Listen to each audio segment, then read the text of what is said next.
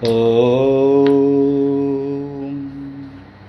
अखण्डमण्डलाकारं व्याप्तं येन चराचरं तत्पदं दर्शितं येन तस्मै श्रीगुरवे नमः।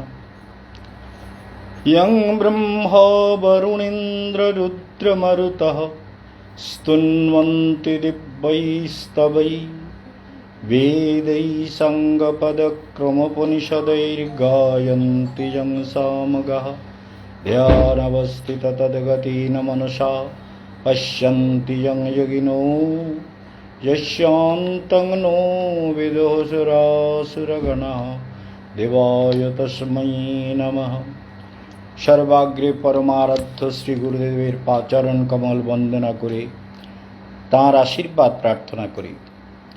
যারা এই দিনে লাইভ প্রোগ্রাম বুধবার এবং শুক্রবার লাইভ প্রোগ্রামের আগে যারা এই লাইভ প্রোগ্রামটা দেখেন, যারা ফেসবুকে মহারাজকে ফলো করেন, সেই জন্য তাদের অশেষ ধন্যবাদ। এই প্রোগ্রাম ফেসবুকে তো পাচ্ছেনই, হাজার হাজার লোক দেখছেন, ইউটিউবেও হাজার হাজার লোকেরা দেখছেন। প্রোগ্রামকে ফলো করবেন। প্রোগ্রাম সম্পর্কে মহারাজ তার সাধনার উপলব্ধিকে জগতের কাছে তুলে ধরার জন্য নিরন্তর চেষ্টা করেন। এটাই জীবনের মূল কথা। এই জীবনটা পেয়েছেন সত্যকে জানার জন্য। আসলে অন্য কোনো জীবনে তপস্যা করবার সুযোগ থাকে না বলে মানব, সেদিনও বলছিলাম যে একটা হচ্ছে কর্ম ক্ষয় করার জীবন, কর্মফলগুলো যেগুলো দুষ্কর্ম করে তারাই ক্ষয় করবার জন্য কুমির, হাঙর, মাছ, কুকুর, বিড়াল, ইঁদুর, ছাগল, টিকটিকি, গিরগিটি, আটশোলা, মশা, মাছি নানান রকম হয়ে জন্ম নেয়। তো জন্মায় আর মরে, অনন্তকাল ধরে এই সৃষ্টির প্রকরণ চলছে। এরা অবর্জনীতে যারা জন্ম নেয়, এদের হচ্ছে পাপ কর্মের ফসলকে ভোগ করতে, ক্ষয় করতে, আর কি, ভোগ না ক্ষয় করার জন্য এদের এইভাবে জন্ম নিতে হয়। আর পুণ্যকর্মের ফল ভোগ করবার জন্য মানব উন্নত জনিতে, দেবলোকে বা আরও তার থেকে উচ্চ লোকে যেতে পারে। ঋষিলোক, তপলোক, জনলোক, মহরলোক, এসব বিভিন্ন লোকে যাওয়ার একটা পুণ্যের ফলে যে যেমন পুণ্য সঞ্চয় করে তেমন লোকে তার গতি হয়। অর্থাৎ যেমন বীজ আপনি রোপণ করবেন তেমন ফসল আপনাকে কাটতে হবে। আর মানুষ জীবন এমন একটা জীবন, মানবের জীবন, যে জীবনে সে দেবতা হওয়ার জন্য তপস্যা করতে পারে, দেবত্ব লাভ করতে পারে, তার থেকে উন্নত হতে পারে, দেবতারও পূজনীয় হতে পারে, দেবতাও তাকে পুজো করতে বাধ্য হয় তার তপশক্তির প্রভাবে, দেবতাও তাকে পুজো করতে বাধ্য হয়। পুরাণে দেখেছেন তো, বিভিন্ন রকম পুরাণের নানান প্রকরণে এই যে বেদের ব্রাহ্মণ ভাগে নানান পুরাণ এসেছে এবং সবই একটার সঙ্গে আর একটা রিলেটেড। যেমন বেদের প্রথম মণ্ডল আর দশম মণ্ডল, এই দুটো মণ্ডলেই 191টা করে সূক্ত আছে, 191টা করে। এবং এই দুটো মণ্ডলকে পরবর্তীকালে বলা হয়েছে যে এইগুলো হচ্ছে পরে যুক্ত করা হয়েছে। অর্থাৎ বেদের যে বালগঙ্গাধর তিলক বলেছেন 6000 ঈশাপূর্ব, তার মানে ঈশার যদি এখন 2000 বর্ষ হয়, 2022 ধরুন, তাহলে আরও 6000 আগে, তার মানে 8022 বর্ষ আগে বেদের রচনা কাল বা বেদের আবির্ভাব কাল বলতে পারি। আবির্ভাব, যেমন সূর্যের আবির্ভাব হয় সকালবেলা, সূর্য কিন্তু জন্ম নেয় না, সূর্যের সৃষ্টি হয় না, সূর্যের জন্ম মৃত্যু নেই, তেমনি বেদ শাশ্বত। বেদের যখন জ্ঞান রূপে সাধন চেতনার বিকাশ হয় তখন বেদ তার আত্মপ্রকাশ করে। বেদ ভগবান জীবের মধ্যে পরাশক্তি রূপে কাজ করেন। পরাশক্তি রূপে কাজ করে জীবের জীবনে, জীব মানে কি, তপস্বী যারা, যোগী যারা, ধ্যানস্থ যারা, ঈশ্বর প্রণিধান যারা করেন, তাদের জীবনে তিনি প্রেরণা বা এই মন্ত্ররূপী সূর্যের আবির্ভাব ঘটান। মন্ত্ররূপী সূর্যের দ্বারা জগৎ আলোকিত হয়। এই জন্য ঋষিদের নবম মণ্ডল আর দশম মণ্ডলের অনেক ঋষি আছে, সেই জন্য অনেক ঋষিদের নাম আমরা পাই। কিন্তু প্রথম মণ্ডলের মধুছন্দা বা অন্যান্য যারা ঋষিরা আছেন তারা কিন্তু প্রথম মণ্ডলের প্রথম সূক্ত করলেন, ওং অগ্নি মিলে পুরোহিতম যজ্ঞস্য ঋত্বিজম হোতারম রত্নধাতমম ওম। এই যে বেদ মন্ত্র প্রথম সূত্র তৈরি করলেন, এগুলো কিন্তু পরবর্তীকালে যুক্ত হয়েছে এবং আমরা দেখতে পাই যে বেদের বিভিন্ন ব্যাখ্যার মধ্যে যজ্ঞের ব্যাপারটা নিয়ে সাকল ঋষি, সাকল ভাষ্য, ঋষি সাকল যে ভাষ্য রচনা করেছেন তাতে যজ্ঞের যে বিশেষত্ব বা যজ্ঞের যে মহিমা বা যজ্ঞ কিভাবে করণীয় সেটা কিন্তু বলেছেন। এ সম্পর্কে আপনাদের আরও বলি যে অথর্ব বেদ, বেদত্রয়ী বলা হয়েছে ঋক সাম যজু অথর্বকে। বেদত্রয়ী এই তিনটে বেদ, আর চতুর্থ বেদ হচ্ছে অথর্ব বেদ। অথর্ব বেদ কিন্তু অথর্ব বেদের উপবেদ হচ্ছে আপনার আয়ুর্বেদ। এই আয়ুর্বেদ যিনি রচনা করেছেন তিনি হলেন ভগবান ধন্বন্তরী, ভগবানের ধন্বন্তরী অবতার। তিনি আয়ুর্বেদ রচনা করেছেন মানুষের রোগ নিরাময়ের জন্য। বিভিন্ন ঔষধি বৃক্ষ, এই আয়ুর্বেদ থেকে চরক সংহিতা আদি নানান রকমের সংহিতা তৈরি হয়েছে মানবের, বিশেষ করে তার শিক্ষা, তার ঔষধি, তার আরোগ্য, তার জীবন মুক্তির পথকে দেখাবার জন্য চরক সংহিতা আদি, চরক ঋষি আদি তারা কিন্তু এগুলোকে বিস্তার করেছেন। তাহলে আমরা মানুষ, আমাদের জন্য যারা অনন্ত সাধনা করে যে সত্যগুলো আবিষ্কার করে গেলেন, যে সত্য তাদের হৃদয় আকাশে উদিত হলো, যেমন কেশবানন্দ মহারাজ, তিনি বলেন আমি চোখ বন্ধ করলে অদ্ভুত সব দৃশ্যকে দেখতে পাই। দেখতে পাই মানে এগুলো জীবন্ত, চাইলেই সাধনা হয়। জীব যদি চেষ্টা করে তাহলে তার জীবনে চাইলেই সাধনা হতে পারে, এটাতে কোনো সন্দেহ নেই। ঈশ্বর প্রাপ্তির ক্ষেত্রেও আপনি অবশ্যরূপে চাইলেই কল্যাণ লাভ করতে পারেন, প্রাপ্ত হতে পারেন। ঈশ্বরকে পাওয়ার চেষ্টা এবং ঈশ্বরীয় বিশ্বাস দুটো দরকার। ঈশ্বরের প্রতি বিশ্বাসটা দরকার। বিশ্বাসটা বড় কঠিন কথা, জানেন। আপনারা বলবেন কেন? আমরা তো বিশ্বাস করি। মানে কি যে বিশ্বাস করেন সেটা নিয়েই কেশবানন্দের অনেক সন্দেহ আছে। যদি বলেন কেন মহারাজ আপনার সন্দেহ কিসে, আমরা ঠাকুরকে বিশ্বাস করি না? বলে না না, বিশ্বাস তো করেন, তবে বিশ্বাসটা দরকার হলে কীরকম বিশ্বাস বলুন তো? বলে বলতে গেলে একটু অনেক ভাষায় আসে, সেই সব রূঢ় ভাষাগুলো আর বলবো না, শুধু এইটুকু বলতে পারি বিশ্বাসগুলো প্রয়োজনে বদলায়। বুঝতে পেরেছেন? বাংলাদেশে একটা লোক শীতলা ঠাকুরকে ওই কাঠের একটা ফ্রেমের মধ্যে একটু মন্দির মতন কাঠ তক্তা করে তার মধ্যে শীতলা ঠাকুর মানে কি মাটি দিয়ে লেপে শীতলা ঠাকুর, তাতে সিঁদুর দিয়ে ঢেকে নিয়ে মা ভিক্ষে দাও, শীতলা মার নামে ভিক্ষে দাও। এখন যেদিন ভিক্ষে হতো না ভালো, সেদিন এসে বলতে দূর এই ঠাকুরটা মেনে দিলে না, এত করে এই ঠাকুরটা ভাল না, পুকুরে ফেলে দিল ঠাকুরটা, আর একটা মাটি নিয়ে এসে আবার লেপে আর একটা শীতলা ঠাকুর তৈরি করে নিল। তা আমরা হচ্ছে ওই রকম বিশ্বাসী।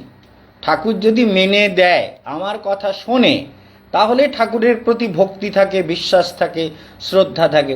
আর যদি ঠাকুর মেনে না দেয়, আমার কথা না মানে, একদিন বলছিলাম না, বলে আমাদের বসিরহাটে আমাদের এক ব্রাহ্মণ ভক্ত, তার ছেলে, বড় ছেলে স্কুল ফাইনাল পরীক্ষা দিতে যাবে, অনেক দিন আগের কথা বলছি, তো ধরুন 94-93 কথা।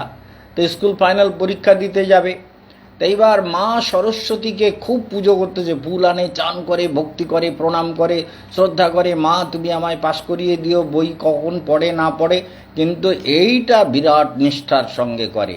মায়ের চরণে ফুল দেয়, পুজো করে, ধূপ দেয়, প্রণাম করে, ভক্তি করে, মা সরস্বতী তুমি বিদ্যাং দেহি নমস্তুতে বারবার প্রার্থনা করে। হ্যাঁ, তো এইসব করে, কিন্তু পরীক্ষার যখন রেজাল্ট বেরিয়েছে দেখে ফেল করে গেছে। এইবার এসে সরস্বতী ঠাকুরের পিকচার ছিল, মেরেছে এক ঘুষি, হাত টাত কেটে ঠাকুর ভেঙে চুরে শ্রাদ্ধ করে দিয়েছে।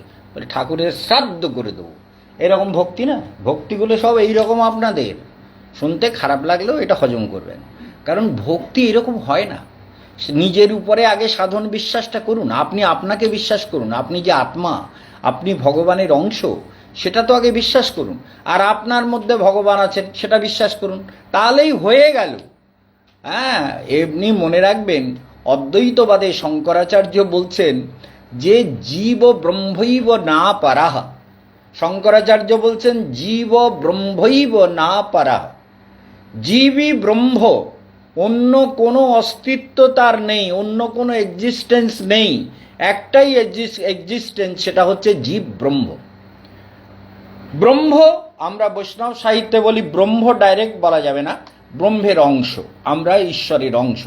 সে বলুন, ভগবানও বলেছেন মমই বাংশ জীবলোকে জীবভূতা সনাতন, সেটা গীতার কথায় ঠিক আছে, কিন্তু ভারতবর্ষের যিনি শ্রেষ্ঠ দার্শনিক, ফাউন্ডার অফ ইন্ডিয়ান ফিলোজফি, যিনি ইন্ডিয়ান ফিলোজফির ফাউন্ডার, সেই শঙ্করাচার্য বলছেন যে জীব ব্রহ্মৈব না পরে, জীবের আলাদা কোনো সত্তা নেই, জীব মানে ব্রহ্ম, ব্রহ্ম সেটা ভুলে গেছে। এটাকে বলে অধ্যাস, বোঝেন? অধ্যাস, অধ্যাস মানে আরোপ করা, দার্শনিক শব্দ হলো অধ্যাস। যেমন একটা রাত্রের অন্ধকারে যাচ্ছেন, একটা দড়ি এমনভাবে আছে দেখে মনে হলো সাপ, চমকে উঠলেন, শঙ্করাচার্য এই এক্সাম্পলটা দিয়েছেন। এরকম আমরা অনেক কিছু দেখেছি। কলা গাছ পড়ে আছে, পূর্ণিমার রাত, চাঁদের আলো, কলা গাছ, নদীর জলে, বাথরুমের দিকে গেছি, নদীর ধারে, নদীর পাশ দিয়ে হাঁটছিলাম রাত্রে, তো দেখি কলা গাছের গোড়ার থেকে না একটা কজ বেরিয়ে, একটা কজ বেরিয়েছে, বেরিয়ে সেই পাতাটা এরকম এরকম হাওয়ায় দুলছে। হ্যাঁ, আর মনে হচ্ছে কি বলে ওখানে একটা কে যেন ভূত হোক, প্রেত হোক, মানুষ হোক, মরা হোক, শুয়ে আছে, আর সে হাত দিয়ে দিয়ে এরকম করে করে ডাকছে, যেন এরকম ডাকছে। আমি বললাম কীরকম হলো, এখানে কি ভূত? এগুলো হচ্ছে, একে বলে অধ্যাস। অন্য কেউ হলেও ভয় করতো, আমি গিয়ে দেখলাম, বলি দেখি তো, আসলে কলা গাছের গোড়াটা মানুষের মাথার মতো মনে হচ্ছে, আর শেষের দিকটা এমন তো মনে হচ্ছে, আর কচ বেরিয়ে যে ছোট্ট একটা পাতা বেরিয়েছে, তো সেটা হাওয়ায় একটু একটু নড়ছে, মনে হচ্ছে এই হাত দিয়ে যেন কে ডাকছে। এগুলোকে বলে অধ্যাস। ভূত মনে করে দে দৌড়, ওরে বাবা রে, ভূতে পড়ে, ভূত ডাকতেছে, তাহলে দৌড় দেওয়া যায়। আমরাও সব এইরকম ভূতে ধরা রুগী, বুঝতে পেরেছেন? বিনা কারণে মায়ার জগতে পড়ে হাবুডুবু খাচ্ছে। হ্যাঁ, খাচ্ছ হাবু ডুবু ভাই। হ্যাঁ, কেমন? রাধা কৃষ্ণ বল বল, বলো রে সবাই, রাধা কৃষ্ণ বল বল, বলো রে সবাই, মিছে মায়ার বসে যাচ্ছ ভেসে, খাচ্ছ হাবু ডুবু ভাই, রাধা কৃষ্ণ বল বল, বলো রে সবাই। জীব কৃষ্ণ দাস এ বিশ্বাস করলে তো আর দুঃখ নাই, রাধা কৃষ্ণ বল বল, বলো রে সবাই। আজ বুঝতে পেরেছেন রাধা কৃষ্ণ কবেন? কেন আপনারা রাধা কৃষ্ণ কবেন বিশ্বাস করবেন না? বলে রাধা আছে কিনা, আবার আজকাল রাধা কৃষ্ণের প্রেম শুরু করেছে সব, বলে রাধা কৃষ্ণ প্রেম করলো, আমরা প্রেম করলি যত দোষ। কি বুদ্ধি! ওরে বাবারে, কলির পাঁঠা সব। এখনই আসছিলাম এই চ্যানেলে, দেখছি যে একটা মেয়ে এখানে মনীন্দ্র কলেজের যে রানী রাসমণির মেয়েদের যে হোস্টেল আছে তার পাশ দিয়ে যাচ্ছে, মেয়েটা সিগারেট খেতে খেতে যাচ্ছে, আমাকে দেখে কোনো সংকোচ নেই, ডোন্ট কেয়ার। ওরে বাবারে, বয়স হবে কবে? 18, 19 হবে। তা ছোকরি সিগারেটে টান দিচ্ছে কি মা জননী, ওকে কি আর বলবো বলুন?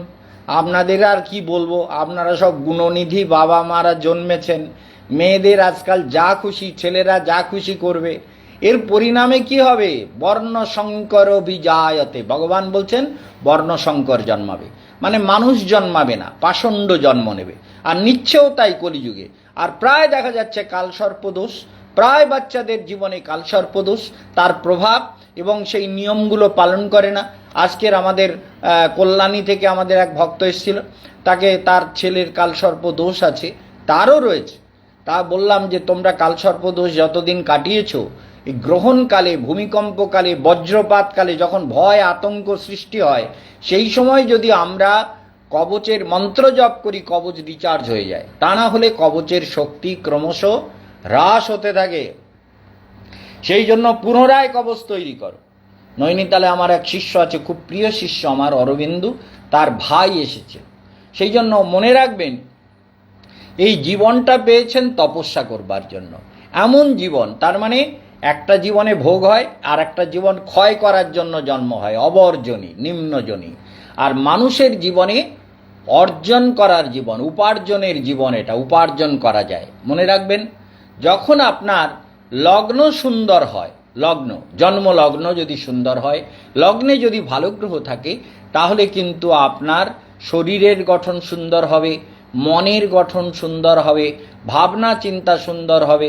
শরীর লগ্নে যদি বৃহস্পতি বলবান স্থানে থাকে, তাহলে বৃহস্পতি যদি লগ্নগত হয়, মিত্র, ধরুন বিষলগ্ন, লগ্নে বৃহস্পতি, কিংবা ধনু লগ্ন, লগ্নে বৃহস্পতি, কিংবা মীন লগ্ন, লগ্নে বৃহস্পতি, এরকম যদি হয় তাহলে খুবই ভালো হয়।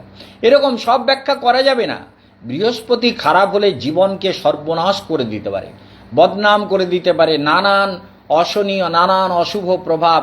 এই জন্য বৃহস্পতি যখন খারাপ হয় তখন কলা গাছের পুজো করা, হলুদ লাল সুতো দিয়ে বাঁধা এবং সন্ধ্যাকালে কলা গাছের গোড়ায় জল দিয়ে প্রদীপ জেলে বৃহস্পতির মন্ত্র জপ করলে অনেক শুভ ফল পাবেন। এসব আপনাদের জীবনে দরকার, কিন্তু আপনারা সব বুঝে ফেলেছেন না। বেশি বোঝা ভালো না, সেদিন বলছেন না, বেশি বুদ্ধির পাছায় দড়ি, কচ্ছপের গল্প বলছিলাম, শুনে আছেন? মনে আছে তো? মনে রাখবেন, বেশি বুদ্ধির পাছায় দড়ি।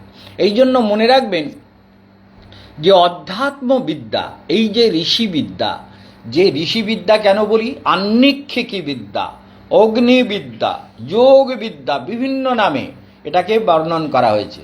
যোগ বিদ্যা, আহ্নিক্ষিকী বিদ্যা, আত্মবিদ্যা, ঋষিবিদ্যা, এগুলোর এত নাম দেওয়া হয়েছে বিভিন্ন কারণে, যে মানব যাতে বুঝতে পারে। কিন্তু সেই বিদ্যাকে না জেনে মানুষ খাচ্চ হাবুডুবু ভাই, অর্থাৎ অধ্যাস, নিরন্তর একটার অন্য বস্তুর প্রতি তার অভিনিবেশ, পুত্র কন্যা সংসার পরিজন বিষয় সম্পত্তি সবগুলো মনে করছে আমার, কোনোটাই আমার হয় না, মরে গেলে সব ফক্কা, নিজেও ফক্কা হয়ে যাচ্ছেন। কথাটা বুঝতে পারছেন? নিজেও মরে গেলেন, আপনি কোথায় যাচ্ছেন আপনি জানেন না। কেন জানেন না? তপস্যা করেন না। ভালো করে মনে রাখবেন তো, আপনি জানেন না কেন? আপনি তপস্যা করেন না বলে আপনি জানেন না। আপনার জীবনের মূল ছন্দ এখানে যে আপনি নিজেকে জানবার জন্য চেষ্টা করেন না। এই চেষ্টা না করার পরিণামে আপনার জীবন ক্রমশ অধোগতির পথে যাচ্ছে। সেই জন্য আগে তো আত্মবিশ্বাস করুন যে আমি ভগবানের অংশ, আমি ঈশ্বরের অংশ। আর এই যে ফেসবুকে যারা প্রোগ্রাম দেখছেন, তারা ফেসবুকে বলে দেবেন যে এসকে বন, ফেসবুকে এসকে বন সার্চ করলেই পেয়ে যাবে অমর কথা। কারণ বিভিন্ন গ্রুপে আমরা যদিও দিয়ে দিচ্ছি, অমর কথা গ্রুপে আর জায়গা নেই বলে আরও কয়েকটা গ্রুপ তৈরি হয়েছে, তার মধ্যে এসকে বন একটা গ্রুপ। সেই জন্য মনে রাখবেন, একটা লিমিটেশন আছে, সেই গ্রুপের লিমিটেশনকে কভার করার জন্য এসকে বনের আর একটা গ্রুপ খোলা হয়েছে, সেই গ্রুপে আপনারা এখন প্রোগ্রাম দেখছেন। আর ইউটিউবে হচ্ছে ভক্তি যোগাশ্রম ট্রাস্ট। ইউটিউবের কোনো সীমা নেই, ইউটিউবে তো ইন্টারনেটে থাকে, আপনি সার্চ করলেই পাবেন ভক্তি যোগাশ্রম ট্রাস্ট, খোঁজ করলেই মহারাজের আইকন পাবেন, টাচ করবেন, তারপরে সাবস্ক্রাইব করে দেবেন, তাহলে আপনি আমাদের মধ্যে, আমাদের নোটিফিকেশান হয়ে গেল, আপনি আমাদের গ্রুপে চলে এলেন। এবং তারপরে ভিডিওটা টাচ করবেন, করলে দেখবেন অসংখ্য ভিডিও, 600-র বেশি প্রোগ্রাম আপনি ওখানে দেখতে পাবেন। বাংলাতে, হিন্দিতে বিভিন্নভাবে বক্তৃতা হয়েছে, গীতার উপরে, উপনিষদের উপরে, বেদের উপরে, বা বৈষ্ণব সাধনার উপরে, বৈষ্ণব তত্ত্বের উপরে বিভিন্ন ব্যাখ্যা হয়েছে, সেগুলো আপনি অবশ্যই পাবেন। সেই জন্য মনে রাখবেন যে এই যে জীবন পেয়েছেন, এটা কিন্তু তপস্যা করবার জন্য। তাহলে মানব জীবনে আপনি অনেক কিছু অর্জন করতে পারেন, ধর্ম, ঈশ্বর, ভক্তি, ভগবান, অমৃতত্ব, অমরত্ব সব লাভ করতে পারেন। কারণ মানব জীবন উপার্জন করবার জন্য ভগবানের একটা পরম করুণার দান, এই জীবনটা তার পরম আশীর্বাদ। সেই জন্য এই জীবনকে উন্নত করবেন কিনা, সুন্দর করবেন কিনা, এটা কিন্তু আপনার দায়িত্ব। আপনি সেটাকে যত সুন্দর করবেন তত মঙ্গলময় হবে। তাহলে আমাদের শঙ্করাচার্য বলছেন, জীব ব্রহ্মৈব না পর, অহম ব্রহ্মাস্মি, বলে আমি ব্রহ্ম, আমি চৈতন্য সত্তা, এটা তো বুঝুন যে আমি চৈতন্য সত্তা। আমি এই মায়ামোহের একটা, যেমন আমার সঙ্গে লাইভ প্রোগ্রামে বসছেন আমাদের জয়ন্ত চ্যাটার্জি। তো জয়ন্ত চ্যাটার্জি বলে আমি জয়ন্ত চ্যাটার্জি, আমি যদি বলে আমি কেশবানন্দবান মহারাজ, বলে আপনাকে কে না চেনে? বলে চিনলেন, কিন্তু কেশবানন্দ যদি ভাবে আমি কেশবানন্দবান মহারাজ তাহলে তো ফক্কা। কারণ আমি আত্মা, আমি শুদ্ধ চৈতন্য, ভগবানের অংশ, অমৃতের অংশ, এটাই আমার প্রকৃত পরিচয়। এই পরিচয়টা যদি আমি বুঝতে না পারি, কথাটা মনে রাখবেন, এই পরিচয়টা যদি আমার উপলব্ধিতে না আসে, আমার সাধন চেতনায় না আসে, যদি আমার হৃদয়ঙ্গম না হয়, তাহলে তস্য জন্ম নিরর্থকম। তাহলে আমার জন্ম হয়ে লাভ কি? সন্ন্যাস নিয়ে লাভ কি? পাগড়ি বেঁধে লাভ কি? আর লেকচার দিয়ে লাভ কি? যদি আমি ব্রহ্মের সত্তা, ব্রহ্ম, আমার অস্তিত্ব ব্রহ্ম, অয়মাত্মা ব্রহ্ম, আমার আত্মাই ব্রহ্ম, কারণ সত্যিই তো ব্রহ্ম। চৈতন্যদেবও স্বীকার করেছেন। চৈতন্যদেব বলেছেন অচিন্ত ভেদাভেদ, মানে অভেদ রয়েছে ঈশ্বরের সঙ্গে আমার অভেদেত্ব চিরকাল চিরসিদ্ধ, যদিও অচিন্ত, কিন্তু ঈশ্বর আর আমাতে কোনো ভেদ নেই। আবার অনেক সময় বৈষ্ণবীয় ভাবে ভেদ আছে, তিনি ভগবান আর আমি ভক্ত, বৈষ্ণবীয় ভাব দ্বারায় ভেদ থাকতে পারে, কিন্তু অভেদ, অচিন্ত ভেদ আর অভেদ, এটা মহাচৈতন্যদেবের সিদ্ধান্ত। তাহলে অভেদ মানে কি? অর্থাৎ আমি ভগবান, আমি ব্রহ্ম, আমি চৈতন্য, আমি পরম সত্য, আমি পরম বিভু, আমি পরমাত্মা, আমাতেই সমস্ত সত্যের অধিষ্ঠান। যোগ করলে বুঝতে পারবেন যে আপনার মধ্যে সব ধর্ম নিবাস করছে, সব তত্ত্ব নিবাস করছে, সব দেবতারা নিবাস করছে। আমি তো ধ্যানে সব দেবতাকে দেখতে পাই। আপনারা 33 কোটি দেবতা দেখেন, কিন্তু আমি 33 জন দেবতাকে তো রোজ ধ্যান করি। এই এখনো ধ্যান করে এলাম, অর্থাৎ 4:08 থেকে হেঁটেছি 5:25 পর্যন্ত। তীব্র রোদ ছিল বলে, না হলে আরও আগে হাঁটা শুরু করতাম, কিন্তু হেঁটে তারপরে এই রাস্তা হেঁটে এলাম, হেঁটে প্রাণায়াম করতে করতে এলাম। ওখানেও প্রাণায়াম করেছি, দৌড়িয়েছি। 20 পাক পারিনি, গরমের রোদের মধ্যে 18 পাক দৌড় দিয়েছি। 20-25 রাউন্ড করে আমি দৌড় লাগাই, তো সেটা 18 রাউন্ড দিতে পেরেছি। তাহলে চিনতে পারছেন, শরীরটাকে সুস্থ রাখবেন, স্বাস্থ্যনভীর ব্যাসে মহি, সুস্থ সুন্দর শরীর নিয়ে ঈশ্বরের তপস্যা করবেন। শরীর যদি আপনার কাজ না দেয়, তাহলে ঈশ্বর তপস্যাও আপনার 12 বেজে গেল।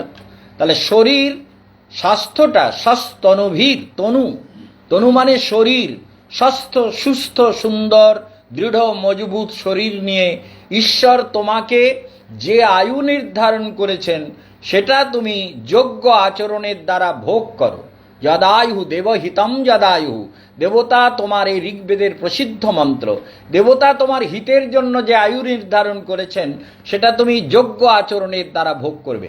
কারণ পৃথিবী বীরভোগ্যা বসুন্ধরা, যার মধ্যে যোগ আছে, সাধনা আছে, তপ আছে, বীরত্ব আছে, তপশক্তি আছে, যোগ শক্তি আছে, সে পৃথিবীকে ভোগও করতে পারে, ত্যাগও করতে পারে। তাহলে ত্যাগ আর ভোগ, কখনো ভোগের কখনো ত্যাগের ছলনায় মন নাচে, সব মিথ্যে কথা, বুঝেছেন? কখনো বলছে আমরা ত্যাগ করলাম, কি ত্যাগ করেছো? ঘোড়ার ডিম ত্যাগ করেছো? ভেতর থেকে বিকারগুলো যদি ত্যাগ না হয়, মিথ্যে কথা বলার প্রবৃত্তির ত্যাগ না হয়, অসত্য আচরণ করো, অসত্য চিন্তন করো, জগতের কামনা বাসনা চরিতার্থ শত্রু হিংসা বিদ্বেষ কপটতা মিথ্যাচার জটিলতা চরিত্রহীনতা ব্রহ্মচর্যহীনতা, এসব যদি তোমার মধ্যে থাকে, তা তুমি যদি মনে করো আমি ত্যাগ করেছি, কি ত্যাগ করলে? ঘোড়ার ডিম ত্যাগ করলে? বৃন্দাবনে গিয়ে আমি ত্যাগ করে দিয়েছি, বলে বাড়ি ত্যাগ করে বৃন্দাবনে এসে আছি, তা মরে কি লাভ করবা? আর কত বুড়োকে জিজ্ঞেস করেছি জানেন, বুড়ো বলবো শব্দটা একটু খারাপ হচ্ছে, আমার গুরু ভাই তারা, তা আমি তো ছোট থেকে বৃন্দাবনে, তারা সব আমাকে ভীষণ ভালোবাসতেন সবাই, আমার গুরু ভাইটাই ইত্যাদি ভক্তরা তো ভালোবাসতেনই, আর গুরুদেবের প্রতিটা শিষ্য কেশবানন্দকে ভীষণ ভালোবাসতেন। গুরুদেবের ভালোবাসার তো কোনো তুলনা ছিল না। তোমারও স্নেহের নাহিকো তুলনা, তোমার স্নেহ জগতে মেলে না। গুরুদেব যা স্নেহ করে গেছেন, এ জগতে তা মিলবে না। পরম স্নেহে তিনি আমাকে আদর করে সারা জীবন তৈরি করেছেন, তাহার স্নেহের পুতুল আমি। তো সেই জন্য গুরু ভাইরা, আর ও প্রভু মরে কোথায় যাবেন ঠিক করেছেন? বলে আপনি যে কি বলেন, আপনি ব্যবস্থা করুন না, আপনি তো এত বড় বক্তা, গুরুদেবের এত প্রিয় পাত্র, আপনি বলুন আমাদের কি করে মুক্তি হবে, বলে তা আপনি কি ঘোড়ার ডিম করেন? ওই যে ভাগবত পড়েন আর কাঁদেন, তা কি বোঝেন? বলে কি আর বুঝবো, কিছু বুঝি না, আমি তো বুঝি না। আপনি বলেন না মহাপ্রভু যখন গোদাবরী নদীর তীরে গিয়েছিলেন, সেখানে এক ব্রাহ্মণ গীতা পড়ছে আর কাঁদছে, আর লোকে তাকে দেখে ঠাট্টা করছে, আহা গীতা পড়ছে, একটা শ্লোক ঠিক উচ্চারণ হয় না, মুখ তুমুক নানান রকম তার নিন্দা করে, কেউ হাসি করে, কেউ ঠাট্টা করে, কেউ বিদ্রুপ করে, আর ওই ব্রাহ্মণ শুধু গীতা পড়ে আর কাঁদে। মহাপ্রভু বলছেন, আচ্ছা তোমার অবস্থাটা কি, তুমি এরকম গীতা পড়ো আর কাঁদো, লোকে যে এত ঠাট্টা করে বিদ্রুপ করে, তোমার উচ্চারণ ভালো হয় না, সংস্কৃত ঠিক মতো বলতে পারো না, তা তুমি এরকম কাঁদো কেন? বলে দেখো, গুরু আজ্ঞা মানি করি গীতা অধ্যয়ন, যাবত পড়ো তাবত পাও কৃষ্ণ দর্শন, এই লাগি গীতা চা পাঠ না ছাড়ে মোর মন। প্রভু কহে গীতা পাঠ সার্থক তোমার। চিন্তা করো, তাহলে সার্থক হলো কার? গীতা পাঠ অর্থ নয়, যতক্ষণ পড়ি ততক্ষণ দেখেন অর্জুনের রথে কৃষ্ণ গীতার উপদেশ দিচ্ছেন, সেইটা ভাবি আর পড়ি আর কৃষ্ণকে দেখি আর কাঁদি। তো মহাপ্রভু বলছেন প্রভু কহে গীতা পাঠ সার্থক তোমার। তাহলে বুঝতে পারছেন, তাই হৃদয়ে যদি ভগবানই না থাকে, তাহলে আপনার গীতা পড়া, আপনার ভাগবত পড়া, আপনার হরিকথা শোনা, ধূর্ত বুদ্ধিতে আর কত চলবেন? জীবনে কি পাবেন? আপনি তো ব্রহ্ম, আপনি তো ভগবান, আপনি তো ঈশ্বর, আপনি তো অমৃত, আপনি তো পূর্ণ সত্তা। নিজেকে কোনোদিন ভেবেছেন ভগবান দয়া করো? কে কার ভগবান? কাকে দয়া করে? কিসের দয়া? দেবতাদের কাছে স্তুতি করবেন, উচ্চন্তে স্তুন্নন্তে অনয়া ইতি ঋক, অর্থাৎ উচ্চন্তে স্তুন্নন্তে অনয়া। ঋগ্বেদ বলছেন যে দেবতাদের স্তুতি করা হয়েছে ঋগ্বেদে, তাহলে দেবতারা স্তুতি করেছেন, কিন্তু সুপ্রিম পাওয়ার যিনি, সেই সুপ্রিম পার্সোনালিটি অফ গডহেড, তিনি কিন্তু তার তত্ত্বটা আলাদা। সেই সুপ্রিম পাওয়ারকে সাধনার দ্বারা সত্যকে জানতে হয়, সেটা তো জানতে পারছেন না, জীবনটা বেকার হয়ে যাচ্ছে, অধ্যাত্মবিদ্যা জীবনে এগোতে পারছেন না। এই জন্য আপনার জীবনে সর্বপ্রথম কর্তব্য কি? নিজেকে বিশ্বাস করো, ধর্ম ঈশ্বর গুলি মারো, নিজেকে আগে বিশ্বাস করো যে আমি অমৃত, আমি পূর্ণ, আমি চৈতন্য, আমি ভগবানের সত্তা, আমি ভগবত চেতনায় সমৃদ্ধ। নিজেকে বিশ্বাস করুন। কি ভক্তি করছেন আপনি? মিথ্যাচার, ধূর্ততা, কপটতা কিছুই যাচ্ছে না। আপনি চৈতন্য সত্তা, আপনি এমন কোনো কথা বলবেন না যার দ্বারা অন্যে দুঃখ পায় আর নিজের মন বিকারগ্রস্ত হয়। ভদ্রম কর্ণভি, ভদ্র কথা শুনবে, ভদ্র কথা বলবে, বেদের এই উপদেশ। তাহলে এমন কথা কখনোই বলো না যাহা অন্যকে দুঃখী করে, আর যে কথা তোমার মনের মধ্যে বিকার সৃষ্টি করে, যদি সেই কথা বলো, সেই কথা, সেই আচরণ, সেই ভাব যদি ভেতরে পেষণ করো, তাহলে তোমার জিন্দেগি ব্যর্থ হয়ে গেল। কর্মের প্রয়োজনে আমাকে অনেক শাসন করতে হয়, অনেক কঠোর কথা বলতে হয়, কিন্তু সেগুলো আমি মনেও রাখি না, ভাবিও না, সেগুলো নিয়ে চিন্তাও করি না। বলে এগুলো তোর মাথায় রইল কি করে? আমার মাথায় তো থাকে না, আমাকে কাজের প্রয়োজনে ধমক দিতে হয়েছে। তোর মাথায় কেন আছে? তুই তো মহাপাষণ্ড। যেই হোক, তোর মাথায় থাকা মানে তোর সর্বনাশ হবে। কারণ এই অমঙ্গলের কথাগুলো ভেতরে পোষণ করে যারা, তাদের কল্যাণ হবে না। এই জন্য মনে রাখতে হবে যে এই অধ্যাত্ম জীবনে আপনারা সবাই যদি ঈশ্বর প্রণিধান ঠিক মতো না করেন, তাহলে জীবন ব্যর্থ হয়ে যাবে। সেই জন্য মনে রাখতে হবে যে আপনার সাধনা আপনার জীবনে একান্ত রূপে দরকার। সেই জন্য এই কথাগুলো মনে রাখুন। আগামী শনিবার, কালকে শনিবার, পরের শনিবারে কালসর্পদোষ কাটাবার দিন। এছাড়া 13, 14, 15 গঙ্গাধর সাঁতরার বাড়িতে বিরাট উৎসব, সেখানে ক্লোজ সার্কিট টিভি লাগানো হচ্ছে, বাইরে সবাই প্রোগ্রাম দেখতে পাবে, প্রচুর লোকের ভিড় হওয়ার সম্ভাবনা। সেই জন্য ক্যামেরার ব্যবস্থা বিরাটভাবে থাকছে, বিশাল অনুষ্ঠান। সেই অনুষ্ঠানের জন্য আপনারা সব লোকের নাম লেখা হয়ে গেছে এবং ব্রজধাম পরিক্রমায় বা এই চিত্রকূট আদি অর্ধেক পরিক্রমা অনেকে করবেন বলে বলছেন, তারা সব ওখানে টাকা দেবেন, তাতে কোনো আপত্তি নেই। কিংবা আপনারা অ্যাকাউন্টে টাকা জমা দিতে পারেন, কোনো অসুবিধা নেই। মহারাজের অ্যাকাউন্ট ঠিক আছে, কোনো ব্যাপার নেই। আপনারা সবাই বুকিং করে নেবেন। আপনাদের জীবন কল্যাণময় হোক, সবাই সাধনার পথে এগিয়ে চলুন, সবার মঙ্গল হোক এবং সবাই পরিক্রমায় যারা যাবেন তৈরি হন। শনিবারে কালসর্পদোষ কাটাবেন, 13, 14, 15 গঙ্গাধর সাঁতরার বাড়িতে উৎসব, সেই উৎসবে যোগদান করবেন। সবাই ভালো থাকবেন। আজকের এখানেই সমাপ্ত করলাম। ওম শান্তি।